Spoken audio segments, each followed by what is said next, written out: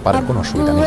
তাহলে যদি এমন হয় যে প্রাপকের প্রেশার আছে, চাওয়া আছে, দাবি আছে, বা তার থেকে আমার সময় নেওয়া নেই, বা সে দাইনটা ফিকহের পরিভাষায় দাইনি মুআজ্জালের সংজ্ঞায় পড়ে, তাহলে সেক্ষেত্রে সেরকম ঋণ রেখে ঋণ পরিশোধ না করে কোরবানি করা জায়েজ নেই। আমাদের সমাজে অনেক ব্যক্তি আছেন যারা অধীনস্থ কর্মকর্তা, কর্মচারী এবং কি কাজের লোক, এবং অনেক মানুষ আছেন যাদের পাওনাকে আটকে রেখে তারা বড় বড় গরু কোরবানি করেন। ইসলামের দৃষ্টিকোণ থেকে এটি জঘন্য অপরাধ। এটি তো সওয়াবের কোনো মাধ্যম হবেই না, কারণ হবেই না, বরং অন্যের হক না দিয়ে কোরবানি করলে তাতে আল্লাহ সুবহানাহু ওয়া তাআলা মোটেও সন্তুষ্ট হবেন না।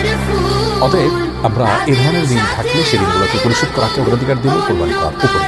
আর সিস্টেমিক্যাল ঋণ যদি থাকে যেটা আমি কিস্তিতে পরিশোধ করছি, অথবা প্রাপকের পক্ষ থেকে সেটার জন্য বিশেষ কোনো প্রেশার নেই, বা সেটাকে দাইনি মুআজ্জাল যে বলা হয় তার আওতায় না পড়ে, তাহলে সেক্ষেত্রে সেই ঋণ থাকা অবস্থায় কোরবানি করা যেতে পারে।